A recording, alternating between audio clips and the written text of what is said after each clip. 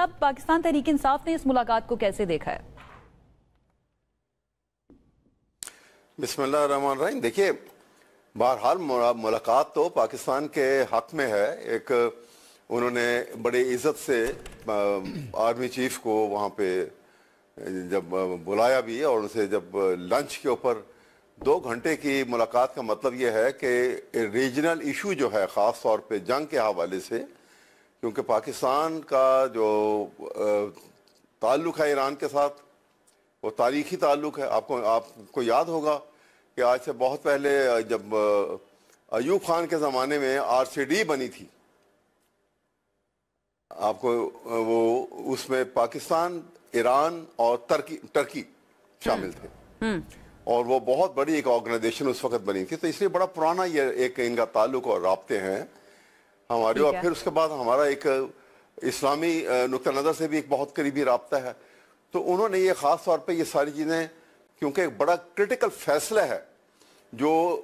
खुद ट्रंप को करना होगा, और जो उन्होंने पहले कह दिया कि मैं शायद जंग में शरीक हो जाऊंगा, फिर कहा कि नहीं होऊंगा। फिर अभी आपने अभी शायद लेटेस्ट अभी खबर जो है वेस्टर्न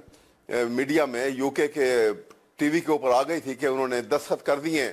वो अटैक करने के लिए, और फिर फौरन ही ट्रंप की कैटेगोरिकल उसके ऊपर तरदीद आ गई कि नहीं,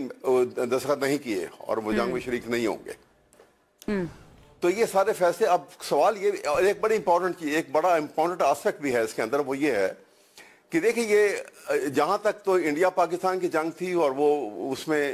एप्रिसिएशन का ताल्लुक था अनडाउटेडली, जैसे इंडिया को मार पड़ी और जैसे हमारी मुसल्लह अफवाज ने जो है वो एक सुपीरियरिटी अपनी एस्टेब्लिश की है प्रैक्टिकली, कि नॉट दैट के एक सिर्फ कोई किसी की बातचीत के अंदर या किसी की सिर्फ सफारिश के ऊपर या किसी को एक बड़े खुशामदाना रवैये में, बल्कि प्रैक्टिकली सारी दुनिया ने अपनी आंखों से देखा जो कुछ हुआ